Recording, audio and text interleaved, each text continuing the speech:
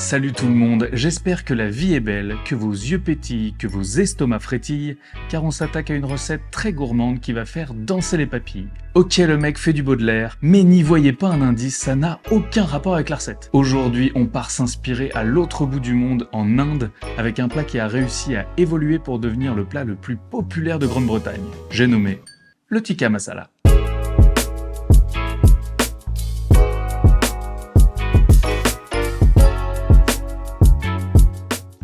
Alors je ne vais pas m'attarder sur l'histoire du plat qui n'est pas tout à fait claire, mais je trouve que l'histoire la plus ravissante, c'est que ce plat a été inventé dans les années 70 en Écosse. Et oui, à Glasgow par un chef qui nous a d'ailleurs quitté l'année dernière, rest in peace.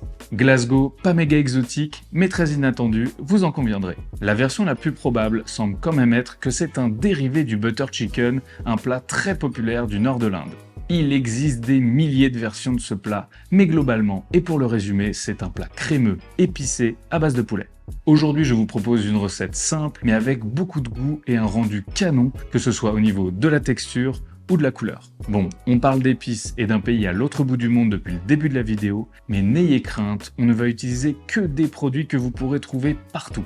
Poulet, épices, crème, tomates, riz. On va servir cette petite merveille avec un riz parfaitement cuit et parce qu'on est des petits coquins, je vous propose de faire un pain plat indien très simple et super original. Et non, on ne va pas faire un naan, même si vous avez adoré la recette de ce pain que je vous remets juste ici si elle vous intéresse. On va faire un pain feuilleté ultra simple, le paratha. Si, je vous jure. Je sais que vous avez vu feuilleté et que vous avez flippé, mais ça va très bien se passer. Son feuilletage se mariera parfaitement avec cette sauce généreuse, et puis ça change du naan qu'on a plus l'habitude de voir. Bon, je pense qu'après ça, on sera déjà pas mal. J'arrête mon blabla, ça part sur un tikka masala. Je vous propose de commencer par le poulet. Pour un rendu tendre et moelleux, je ne peux que vous conseiller de vous munir de cuisses de poulet. Vous pouvez le faire vous-même ou bien demander gentiment à votre boucher. On les découpe grossièrement en morceaux de 3 à 4 cm. Pendant qu'on va s'occuper de la marinade principale, je vous propose de les couvrir de jus de citron. Ça fait gagner du temps et ça ne mange pas de pain.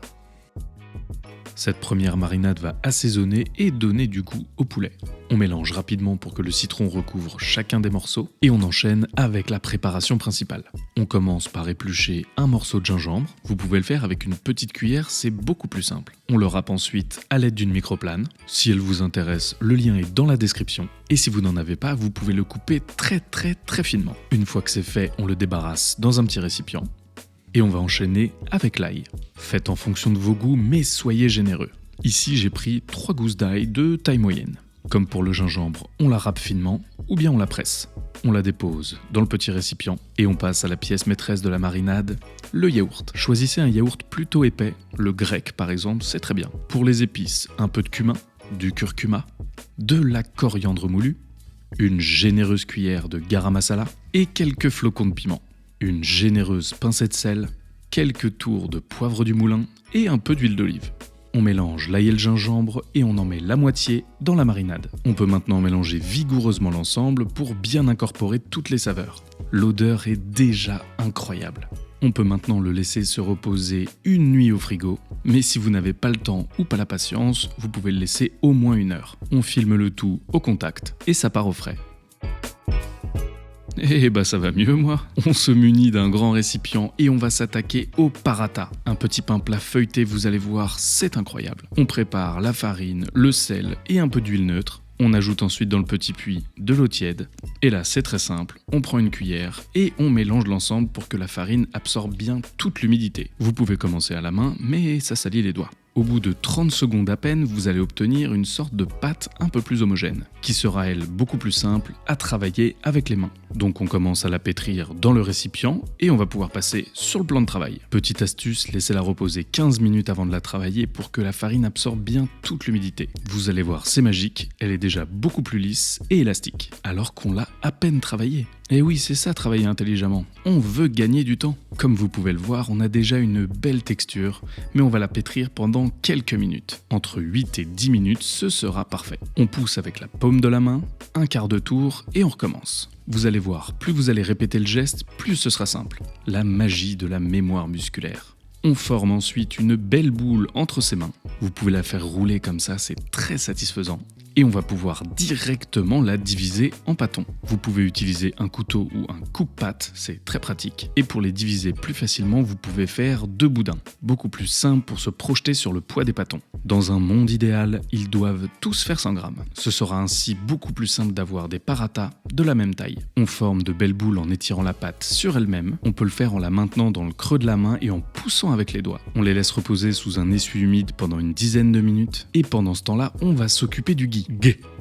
Ghee. Bonjour Guy. Bon, oubliez ce qui vient de se passer. Pour la faire courte, le ghee c'est du beurre clarifié. Il est très souvent utilisé dans la cuisine indienne. Ça se trouve partout, mais si vous n'en avez pas sous la main, du beurre ça fonctionnera très bien. C'est le moment d'aplatir nos pâtons avec un rouleau à pâtisserie. N'hésitez pas à ajouter un peu de farine pour ne pas que ça accroche et à le tourner régulièrement pour avoir une forme bien ronde. C'est un petit boulot de patience, mais c'est très agréable à faire. On veut vraiment qu'il soit très très fin. Prenez le temps, on veut vraiment un rendu comme celui-ci. Pas plus épais qu'1 ou 2 mm.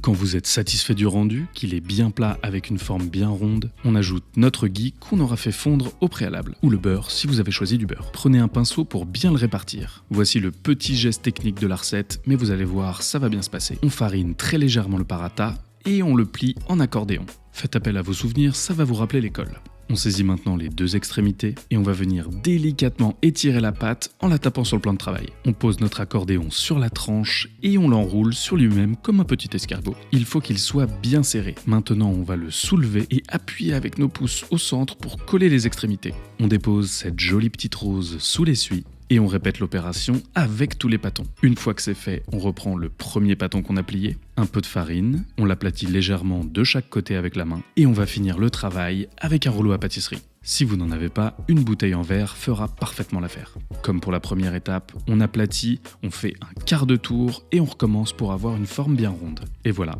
on a la bonne épaisseur, c'est parfait. On peut maintenant le balancer dans une poêle bien chaude, à sec, sans matière grasse. On la cuit environ 1 minute et demie du côté face et quand elle a cette belle couleur, on retourne et on ajoute du ghee. On répartit bien le ghee sous notre pain plat. Et on peut appuyer légèrement sur la surface pour avoir une belle cuisson homogène. Attention, regardez-moi ça. Quand le parata est bien cuit sur chacune des faces, on peut le débarrasser avec ses petits collègues. Je vous conseille de les empiler sous un essuie pour que la vapeur finisse le travail de cuisson. Regardez-moi ce petit feuilletage là. On en parle de ce bruit et de ce feuilletage là ? Bon. On a nos pains bien au chaud, on va pouvoir se mettre sur le reste du tikka masala. On va commencer par ciseler un gros oignon jaune, on retire évidemment la peau, on vient faire des entailles jusqu'à 1 cm de la base, on fait un quart de tour avec l'oignon et on découpe perpendiculairement aux entailles pour avoir de jolis petits cubes. C'est pas sorcier, mais c'est très pratique comme technique. On peut ensuite les hacher grossièrement pour éviter d'avoir des gros bouts. On met de côté et on s'attaque aux épices. Eh bah oui, on n'est pas là pour blaguer. On reprend la même base que tout à l'heure, cumin curcuma, on ajoute cette fois-ci du paprika fumé, du curry, toujours un petit peu de garam masala, c'est facultatif mais vous pouvez remettre du piment, encore un peu de sel et quelques crac-crac de poivre. Et on mélange tout ça. Pour les épices, faites-vous plaisir avec ce que vous avez. Le plus important, c'est d'avoir du goût. Si vous n'avez pas de paprika fumé, c'est pas grave par exemple. Et si vous ne voulez pas mettre de piment, on ne vous en voudra pas non plus. Et si vous voulez en mettre plus, encore moins. Pour la cuisson, on va utiliser du ghee qu'on a sous la main. On le laisse fondre dans une grande cocotte. Et quand il est chaud, on va ajouter notre poulet. Je le fais directement dans la cocotte car c'est plus rapide. Mais si vous êtes chaud, vous pouvez le faire griller au four ou même au barbecue. Si vous le faites à la cocotte, n'ajoutez pas tout le yaourt, sinon ça va devenir une soupe. On le fait bien griller à feu vif, tout en faisant attention pour éviter que ça brûle. Petite astuce, si vous le faites en grande quantité, cuisez les poulets en plusieurs fois. Ah, regardez, on commence à avoir une belle coloration. Et des petits sucs qui viennent se coller dans le fond de la cocotte. À ce moment-là, on peut mettre le poulet de côté, dans un plat un peu creux pour être sûr de bien récupérer le jus. Et dans la même cocotte, on va ajouter le reste de l'ail et du gingembre et les oignons. L'idée, c'est de le faire revenir dans les sucs du poulet pour un maximum de saveur. On peut rajouter un peu de matière grasse si besoin, car on ne veut pas qu'il brûle, mais juste qu'il soit tendre à souhait. Quand les oignons sont tendres, on ajoute les épices. Ça va les torréfier un peu et ça, c'est pas dommage. On mélange, on mélange, on mélange. On reste toujours à côté de la casserole, il ne faut pas que ça accroche ou que ça brûle. Et au bout d'une minute, on va pouvoir ajouter notre conserve de tomates. Si c'est la saison, vous pouvez mettre des fraîches. Je vais ajouter un peu d'eau dans la boîte de conserve pour ensuite la verser dans la cocotte, ça permet de ne rien gâcher. Et d'ajouter un peu d'eau également, ce dont on a besoin. On continue de mélanger en grattant le fond de la casserole pour bien enlever les sucs. On peut écraser légèrement les tomates pour faciliter leur dissolution. Et on va laisser mijoter tout ce petit monde tranquillement pendant environ 10 à 15 minutes. On veut que tous les éléments soient bien tendres. À partir de maintenant, 2 options. Ajouter le poulet et la crème et le servir comme ça, ou alors mixer notre préparation pour avoir un rendu bien lisse. Je trouve ça beaucoup plus agréable en bouche et visuellement, vous allez le voir, c'est très joli. Ça permet également de bien incorporer toutes les saveurs des épices et de voyager sans quitter son canapé. Bon, moi j'ai changé de casserole pour la beauté du geste, mais vous pouvez garder la même cocotte. On verse la sauce, suivi de près de nos bouts de poulet. Très important, on n'oublie pas de verser le jus qui reste dans le petit récipient. Et pour la 730e fois de la recette, on va mélanger. C'est parti pour l'ingrédient qui va emmener cette recette dans l'espace, la crème. Ça va permettre de bien lier la sauce, de l'adoucir un petit peu et de lui donner une couleur orange absolument magnifique. On laisse cuire 1 ou 2 minutes jusqu'à l'apparition des premières petites bulles et quand c'est bien chaud, on va pouvoir passer au dressage. Appelez tout le monde, c'est l'heure de passer à table. Je vous propose de le servir avec un bon riz parfaitement cuit. Riz et plat en sauce, c'est le duo fatal. Et évidemment, un bon gros paratha pour saucer tout ça. On ajoute le poulet, un déluge de sauce. Soyez paradin. Et si vous aimez ça, de la coriandre fraîche. Pour la dégustation, il n'y a pas de règle, mais je vous conseille de déguster le poulet en sauce avec un bout de paratha et de la coriandre. Ah là là, je viens de le faire et j'ai déjà envie d'en remanger. Wow! Si vous êtes fort, je suis sûr que vous arrivez à imaginer l'odeur depuis chez vous. J'espère que la vidéo vous a plu et que vous aurez envie de reproduire ce plat à la maison. C'est parfait pour l'automne et l'hiver en termes de réconfort et de partage. Si jamais vous la refaites, taguez-moi ou envoyez-moi vos créations sur Insta, je suis votre plus grand fan. Partagez la vidéo autour de vous, ça nous donne une force de dingue pour la suite et nous aide à vous proposer des contenus toujours plus fous. En parlant de contenu fou, je ne peux que vous conseiller de vous abonner pour ne pas louper la série de fin d'année qui sera diffusée toutes les semaines au mois de décembre.